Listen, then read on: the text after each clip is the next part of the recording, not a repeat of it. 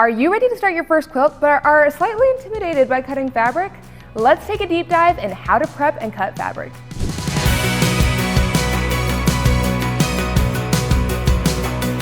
Hello, my name is Jenna and welcome to Quilting 101, and today we are talking fabric, how to prep your fabric for quilting, how to cut your fabric so that you get the most accurate cuts every single time. In quilting, especially if you're new to quilting, there are two main things that make it so your points line up or have the best chance of lining up when you go to sew everything together. One is how accurate your fabric is cut, and two is how accurate your 1/4 inch seam is. I find that most quilt patterns ask for either fat quarters or yardage or both. And if you're new to quilting, there is some things you gotta know about both yardage and fat quarters. So this is a bolt of fabric, and as I unroll this, you can see that down here, it looks a little different than the rest of the fabric, and the edges are frayed just slightly. This is called your selvage. If I were to open this, a yard of fabric from selvage to selvage is typically, with quilting cotton, 42 inches.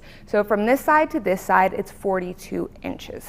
The selvage of your fabric is woven tighter than the rest of your fabric so that these little edges don't come undone. And this edge we would call the raw edge of the fabric because it's just a straight cut, and you can kind of see that the little strands of the fabric are kind of coming off. So that's the raw edge of the fabric. Every fabric has a warp, which is from raw edge to raw edge, and then a weft, which is from selvage to selvage. And those are your straight grains. The little fibers of the fabric are woven, and in some fabrics they can be tighter than others. It just depends on the type of fabric that you are using. Then you also have something that's called the bias, and the bias is diagonally 45 degrees. Do you see how when I pull on the bias it stretches? That is one thing that we have to be aware of when quilting, because when that stretches, it can cause different issues to happen throughout the quilting process. When I pull on the weft, it stretches a little bit but not too much, and when I pull on the warp, there's almost no stretch at all to it.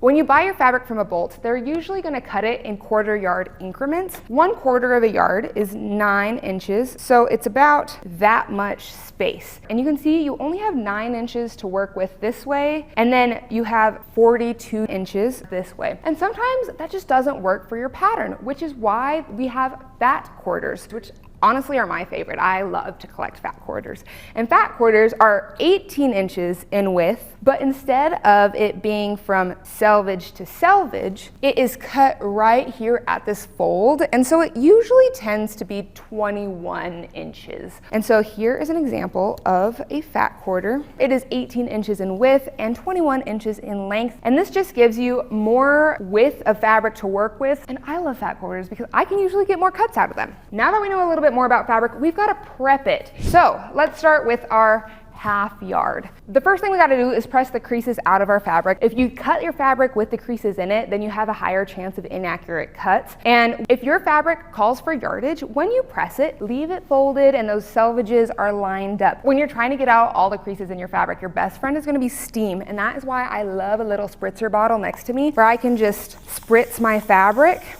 And then when I go to press it, that heat creates steam and my creases will come out faster. Another option is using starch. And what I love about starch is it stiffens up your fabric, and so it prevents it from stretching as much as it usually does. There are so many different levels of starch. This one is a medium weight starch. And so I'm gonna spray this and I'll go to press it.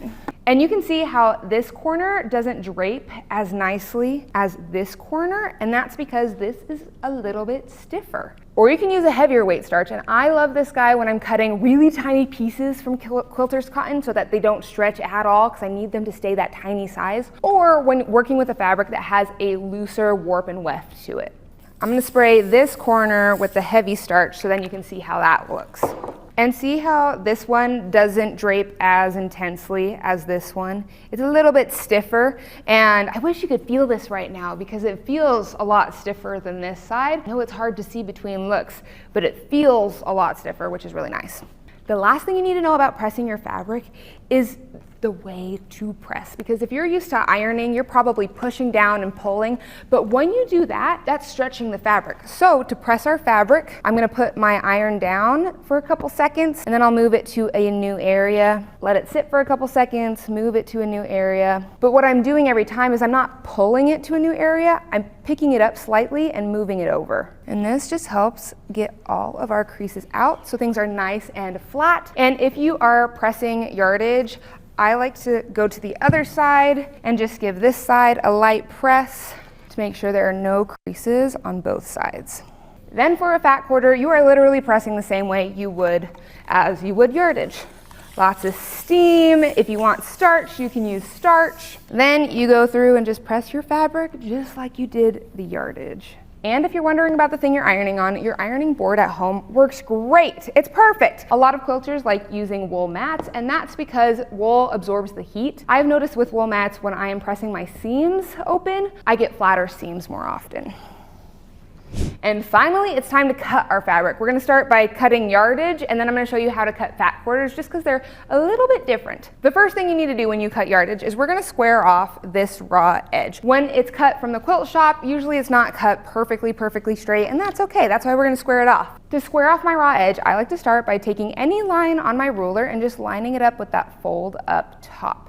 And then I'm just gonna move this as far over as I can, so I'm cutting off the least amount of fabric. And then right here, I can go ahead and cut that off. And when I cut that off, I'm just gonna line up my rotary blade right against the edge of my ruler. And I recommend holding down the first half of your ruler. I'll push halfway, then I'll crawl my fingers up to the top half of my ruler and push the rest of the way. Then I've got my straight cut, and I can go ahead and cut whatever the fabric is wanting me to cut. When it comes to rulers, I highly recommend getting a 6.5 inch by 24.5 inch ruler. For me and a lot of other quilters, this is the one we reach to because it is a lot longer, and it's really nice when cutting yardage, when cutting fat quarters, when you have to do a lot of strips. You can just do one long straight cut. We've squared off our yardage.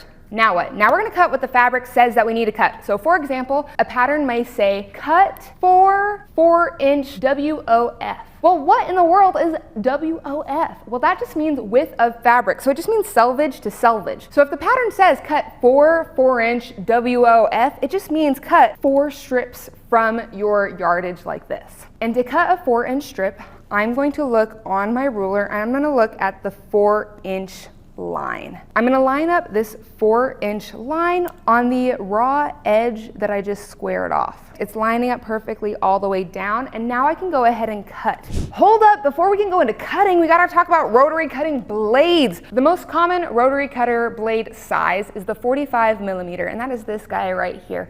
And in the world of quilting rotary cutters, there are 3 main sizes. There are the 60, 45mm, and then the 28mm. Most of your quilters are gonna use the 45mm. This is what I use most often. The 60mm blade is really great for cutting through thick fabric or thick things like batting. So most of the time I'll use it to square off my quilt or to cut the edges off of my quilt after everything's been quilted. The itty bitty 28mm, I just love this guy. It is so great for going around curves. If you are doing something that is templated, if you need to cut out a template, this is so great for going near the edge of that template, for cutting single layers of fabric, but mainly I'll use it for curves and for templates. Okay, now we can go back to cutting. I can cut with both hands, but if you cannot cut with both hands, this is why I love a large cutting mat like this. I'm just gonna roll this onto here, and then look, I can turn this around like this, and now I can cut with my right hand, which is so nice. So then I can go ahead and I'll start halfway, move my fingers up, go the rest of the way. Now I have my 4-inch strip, and then I can do that again. And one thing that I love about these rulers is there's a guide on the edge that hooks onto a track in the cutters. This is the StraightCut system, and it helps you get safe and accurate cuts every single time. And so when I line up my 4-inch mark to cut my next strip, instead of worrying about my cuts going off and veering off, this little guide hooks right onto the edge of the ruler, and I can go all the way up without my cutter going off. Then right under those directions for how many strips to cut, it will usually have a bullet point or something that says, then subcut 18 2" by 4" rectangles. And all that means is we're taking these strips and we're cutting the 2" by 4" rectangles from these strips. You see we still have our selvage at the bottom, so I've got to cut this off. And this is when it's nice to have different size rulers. I'm going to use a 6.5" square ruler just because I'm cutting 2" pieces, and so that's going to be just a little bit smaller, and so it's nice to have a smaller ruler so then you're not having to move around a whole bunch of bulk. So I'm going to line up a random line on my ruler with one of the raw edges, and then I want to make sure this other line is lined up on the other raw edge to make sure everything is nice and straight. And then I can go ahead and cut that selvage off, and I can do it with this guy as well. And now we can do our sub cutting. So if I want 2 4" strips, I'm going to line up the bottom of this guy that we just squared off and line it up on the 4" mark and the 2" mark on my ruler. And then from here, I can go ahead and cut my 2 by 4" strip of fabric. And if you're asking, Jenna, why are you not using the lines on the mat? Why are you using the lines on the ruler? Here is why. I have found that when using the lines on the mat, I don't get as accurate cuts. And that is because if I'm lining this guy up right here, maybe I want a 4" cut this way, and I'm lining it up on that 4" line, I'm lining it up down here on that 4" line, I'm putting this right here, I'm lining up my fabric. Oh my gosh, can you see my fabric is just moving little bit as I'm trying to put this guy on? Those little movements is going to make it so that when you cut your fabric, it's going to be inaccurate. But when I use the lines on my ruler and I want to line up that 2" mark to get that 2" cut, I'm holding that down and my fabric is moving with me and it is not shifting underneath that ruler, which is so nice. So then I can cut this and it's an accurate 2" cut.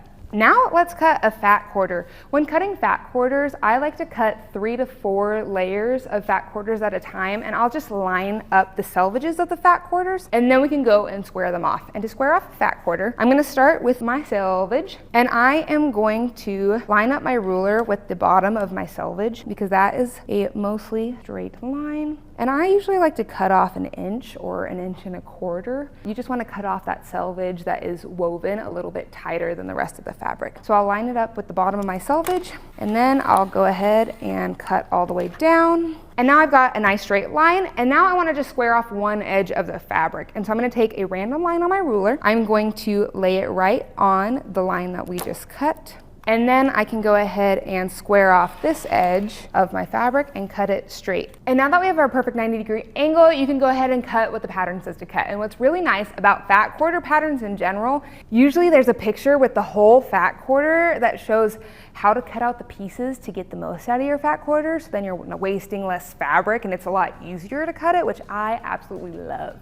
If you're brand new to quilting or cutting fabric, or you really struggle getting those accurate straight cuts every single time, I would highly recommend the StraightCut system, getting the StraightCut rulers with the rotary cutters where you have the guide and tracked system so that you can get your straight cuts every single time. My 2 favorite rulers that I go towards most are 6.5" by 24.5" inch rectangle and then the 12.5" inch square. And I feel like if you have these 2 rulers, you can do so much.